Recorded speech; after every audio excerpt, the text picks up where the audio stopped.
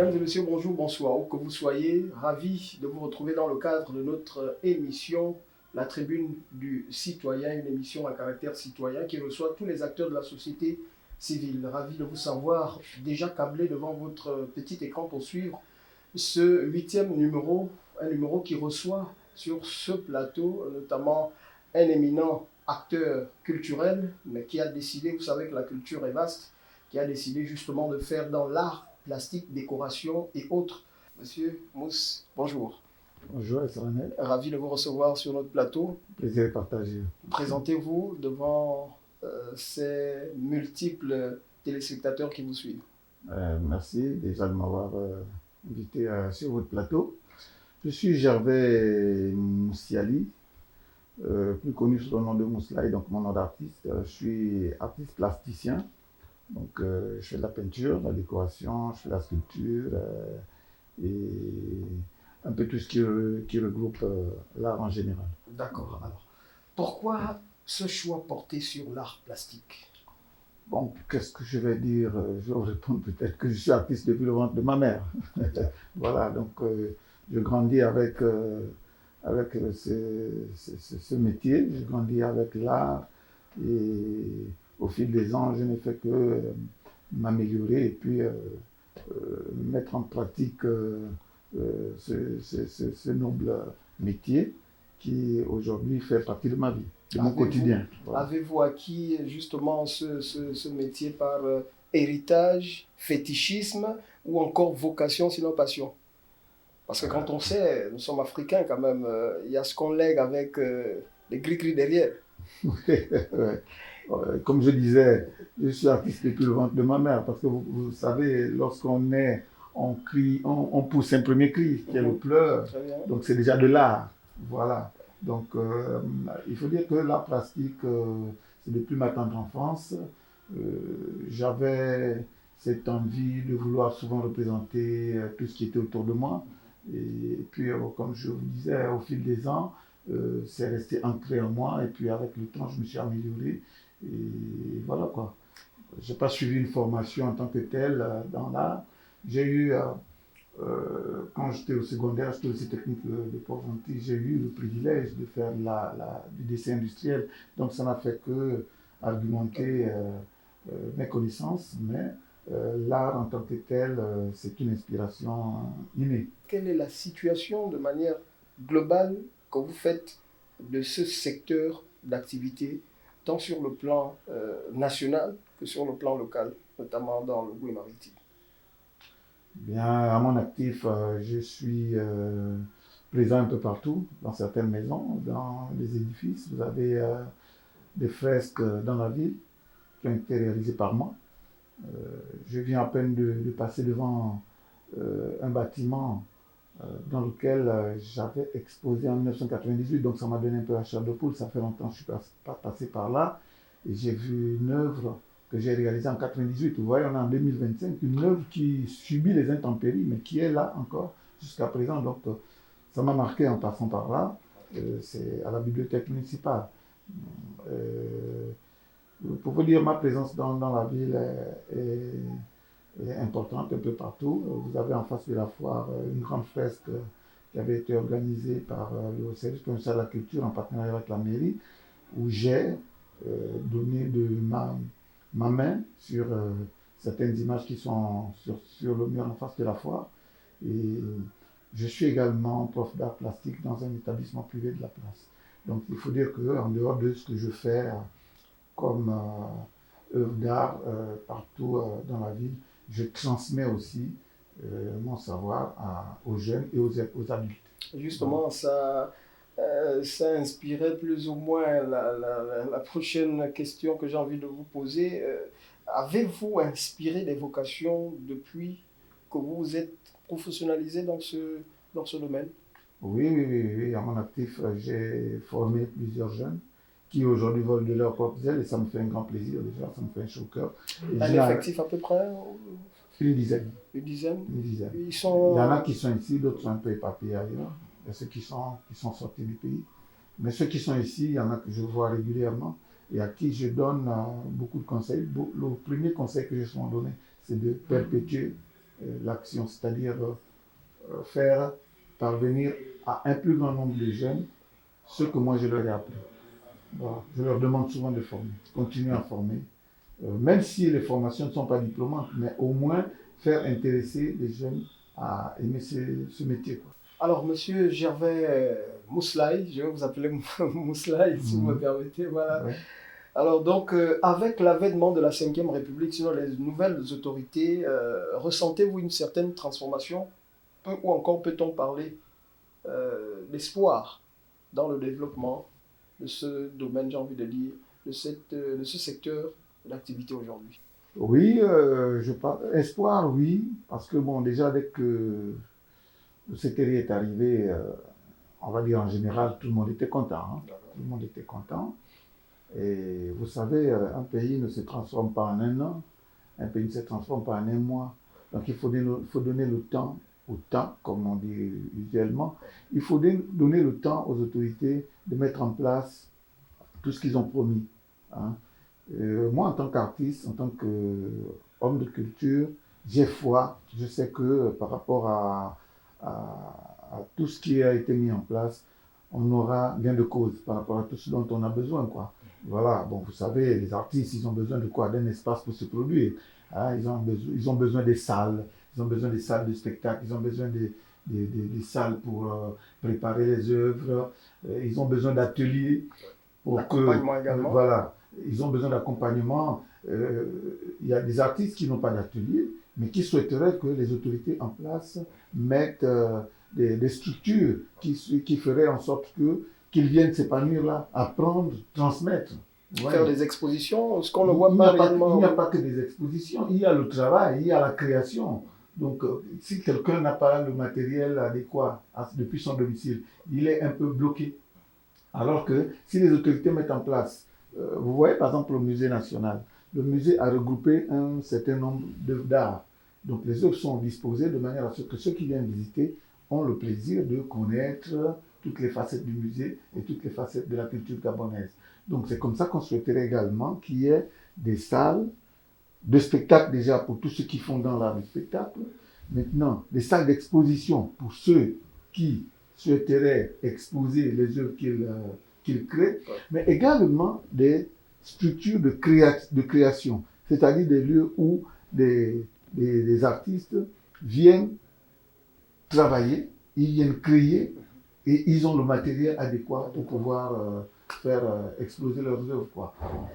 Mais malheureusement, bon, jusqu'à présent, il n'y a pas encore tout cela, mais on espère qu'avec les autorités de la Ve République, tout sera mis en place. J'ai foi. Alors, lorsque vous parlez de création, lorsque vous êtes face à une certaine création, comment ça se passe? L'inspiration ou, je ne sais pas, vous transcendez ou bien c'est une inspiration qui vous vient, je dis, bon, je vais peindre une femme nue, quelque chose comme ça, ou encore une femme qui tient son, j'ai envie de dire, son panier. Comment ça se passe à l'instant T?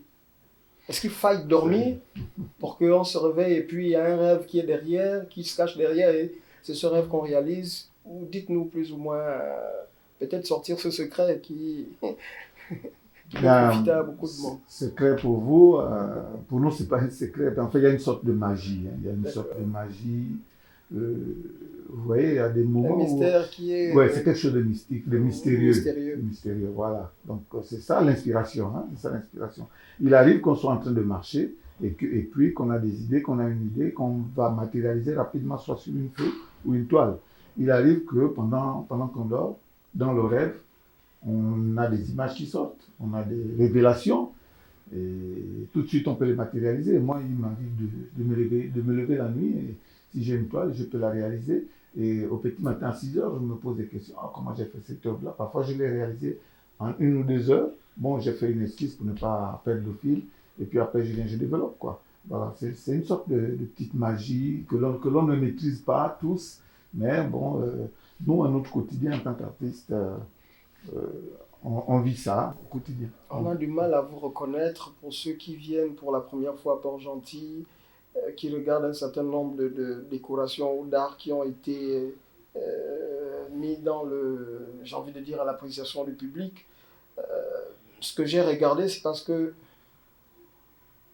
on a comme l'impression que les acteurs eux-mêmes ne s'unissent pas, ne se mettent pas en coopérative pour pouvoir, j'ai envie de dire, mettre au plus haut niveau leurs expériences, leurs compétences. Est-ce que à ce niveau, vous en tant qu'acteur culturel, notamment expert dans l'art plastique que vous faites aujourd'hui, vous avez un cadre approprié pour pouvoir justement amener les autres à faire mieux, sinon à développer ce secteur d'activité? Est-ce que vous mettez en coopérative ou encore, j'ai envie de dire, quelles sont vos relations avec, que vous entretenez avec les autres qui font dans ce que vous faites? Bien, c'est une bonne question. Il faut dire que les acteurs culturels ne dorment pas. Je vais parler de mon domaine, qui est le côté art plastique. Il y en a qui ne se sont pas encore réveillés. Il faut pouvoir les booster. Vous savez, il faut pouvoir les booster. Parce qu'il y a une confédération qui est mise en place, la CONAFAC, qui est normalement représentée déjà dans le Gabon. Et cette confédération essaie de booster les artistes, les artisans à adhérer et pouvoir trouver ensemble des idées pour pouvoir faire épanouir chaque volet de tout le domaine d'activité. Okay. La CONAFAC est présente ici à Port-Gentil, je suis membre et je suis le président de la FEGAV à Port-Gentil, en fait dans le Gouvernement maritime. FEGAV, c'est la Fédération des arts visuels. Voilà. Mais il faut dire qu'il y a certains qui font peser encore le pied pour y adhérer et faire en sorte que nous soyons en cohésion. Voilà, et effectivement, ils n'ont pas encore compris l'objectif et l'importance de se muer en association ou en coopérative. Voilà, c'est cela. Dans la ville, comme je disais tantôt, quelles sont les œuvres qu'on peut facilement reconnaître de Mousslaï? Parce qu'on voit plusieurs œuvres qui sont réalisées aujourd'hui à Port-Gentil, hier à Port-Gentil, et certains jeunes ne se retrouvent pas forcément. Moi, je crois avoir vu, parce que je vous ai assisté lors de vos démarrages dans cette réalisation, notamment la façade qui est réalisée au niveau de la place la place des fêtes, au niveau de la foire, voilà. Donc, dites-nous, citez-nous pêle-mêle certaines réalisations qui viennent de vous. Bien, comme je vous disais au départ, je suis passé devant la bibliothèque municipale. Il y a une fresque à l'intérieur, à la montée des escaliers, il y a une fresque que j'avais réalisée depuis 1998. Elle existe bel et bien parce que j'ai jeté un coup d'œil, je me suis rendu compte qu'ils ont bien gardé la fresque, c'est bien parce que l'intérieur. Il y a également à la mairie centrale là-bas une grande fresque qui représente l'histoire de Port-Gentil. Voilà, l'histoire de Port-Gentil. C'est une fresque que j'ai réalisée sur un grand mur il y a, on va dire, bientôt 10 ans aussi. Je suis présent un peu dans plusieurs domiciles. Par soit des réalisations sur les murs ou les tableaux que j'ai souvent livrés. Dans les établissements. Voilà, les établissements scolaires. Vous allez voir l'extérieur du lycée international d'excellence, sans trop faire de publicité. Voilà, puisque c'est extérieur. Il y a des murs qui sont peints là-bas. J'ai réalisé des fresques au lycée français et à l'école Senghor. Voilà, vous allez voir, c'est extérieur. Il y a donc le fameux mur dont vous parlez, où j'avais été invité par le service provincial de la culture, parce que le service provincial de la culture a révolutionné un peu son activité en mettant en place des projets en partenariat avec la mairie de Port-Gentil pour pouvoir embellir les murs de la ville. Donc, en ces projets, nous avons commencé par le mur en face de la foire qui représente carrément un musée à ciel ouvert où on a représenté tout le Gabon tout entier. Voilà, vous allez retrouver les blasons de la République, vous allez trouver les masques, vous allez trouver des images reflétant la ville de Port-Gentil. Et vous allez voir, si vous longez le mur, vous allez voir l'ancien marché de la ville, c'est moi qui ai réalisé, l'ancien marché de la ville. Ça donne beaucoup de frissons à plusieurs personnes qui ont connu cet endroit public. Voilà. Vous allez voir l'église Sainte-Anne. Sainte-Anne, je me rappelle quand je peignais cette église, en fait, cette partie du mur, il y a des dames qui s'étaient arrêtées, des mamans qui se sont arrêtées, qui ont dit depuis qu'on est ici, on n'a jamais vu de photo de Sainte-Anne. Donc ça nous fait plaisir de voir cette fresque-là à Dubaï. Ça fait un plaisir de refaire sortir des vieux souvenirs qui marquent la ville de Port-Gentil et partant la province de Logo-Maritime. Voilà, c'est ça. Hors du pays, enfin, hors de la ville, est-ce qu'il y en a?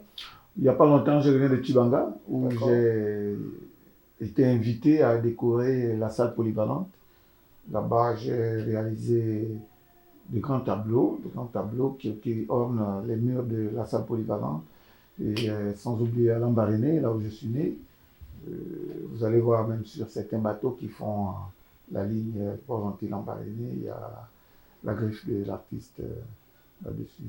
Et sans oublier Amouila, qui est ma province d'origine, bien sûr, où il y a une semaine, j'ai décoré un hôtel et il y a des restaurants qui m'invitent à aller faire des travaux là-bas. Voilà.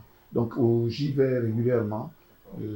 Dans mon domaine d'activité, j'y vais régulièrement, non seulement pour voir ma famille, voir mes parents, mais je profite également de faire un peu de travaux. Et lors de vos parcours, lors de vos voyages, comment, lorsque vous êtes face à une réalisation qui n'est pas la vôtre, comment réagissez-vous? Ben, comme vous réagissez lorsque vous êtes devant une belle femme. Non, moi j'aime bien apprécier les œuvres des autres. Pour preuve, hein, si vous arrivez à mon domicile, quand vous ouvrez la porte, en premier, c'est l'œuvre d'art d'un agent du service provincial de la culture. Voilà, c'est un artiste peintre qui est passé par l'ENAM. Et on avait partagé un stand au cours d'une exposition à la Chambre de commerce.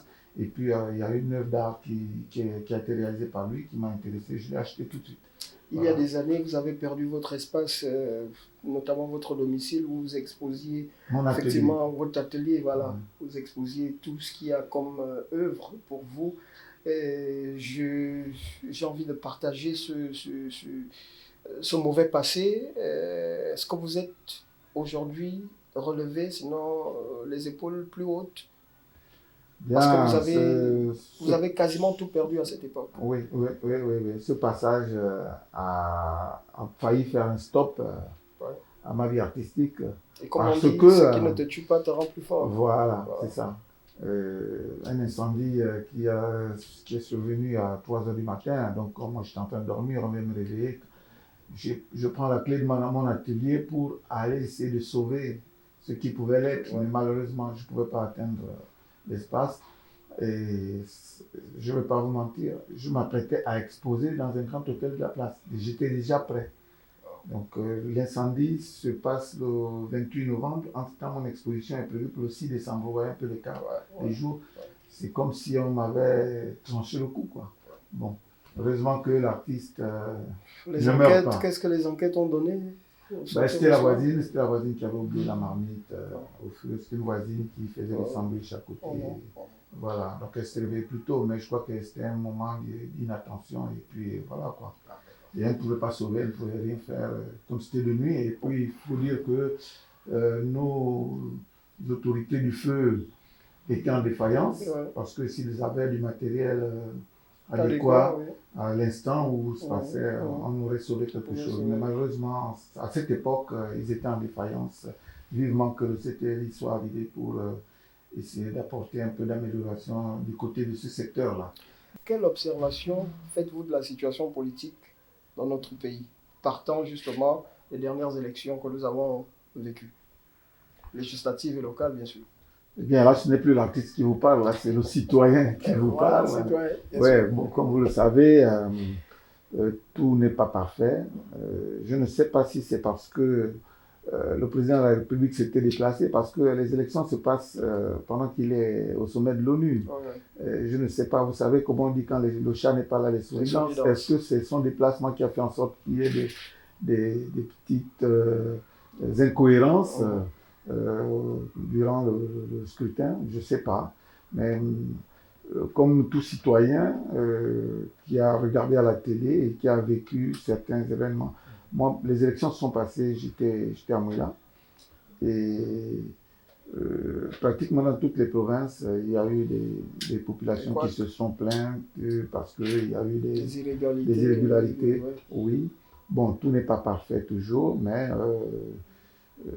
moi je vais critiquer que tous ceux qui ont réalisé toutes ces incohérences, ces incompréhensions devraient demain après-demain s'améliorer parce que c'est quand même une première chez nous, hein, voilà, les élections ouais, générales, oui, avec tout ce qui va avec avec. ouais, toutes ces irrégularités et ça fait en sorte que les gens soient frustrés. Ouais. Et je vous informe que toutes ces irrégularités amènent la population à s'abstenir. Vous Oui, allez bien sûr. comprendre que ces élections ont eu comme champion l'abstention. L'abstention.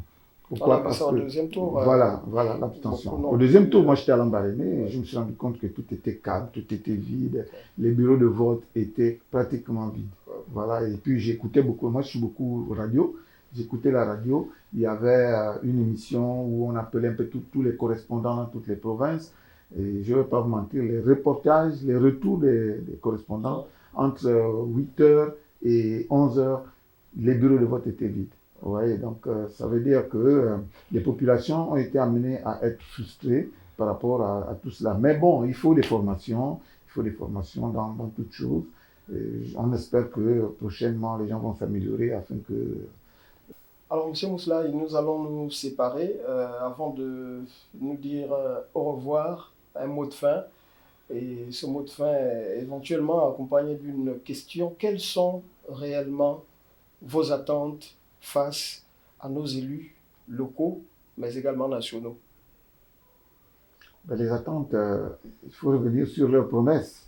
Qu'est-ce qu'ils ont promis aux populations? Vous savez, donc c'est beaucoup plus, on reste dans votre domaine de compétences. Pas de manière générale, mais surtout chez vous. Ouais, ben chez nous, comme je le disais tantôt, chez nous, on a besoin des améliorations de nos conditions de travail. Vous savez, quand les commerçantes ont demandé des espaces pour s'exprimer, on a construit les marchés. Les marchés. Vous voyez, les marchés ils sont beaux, les gens ont eu les box, ils se sont installés. Donc, il faudrait aussi que les autorités compétentes puissent accompagner les acteurs culturels. Moi, je parle des acteurs culturels en général, afin que nous puissions avoir des espaces pour nous exprimer. Il y a des salles de spectacle, salles d'exposition, salles de travail, surtout les salles de travail. Voilà. Donc, on ne va pas continuer à savoir qu'il y a des bâtiments, il y a des bâtiments qui vont naître, mais que le côté culturel et artistique est mis de côté. Non, il faudrait qu'on pense à tout le monde. Voilà. Mesdames et messieurs, c'est ainsi que prend fin cet entretien avec Gervais Mousselay. Merci de nous avoir suivis et on se retrouve au prochain numéro. Surtout, restez câblés. Merci.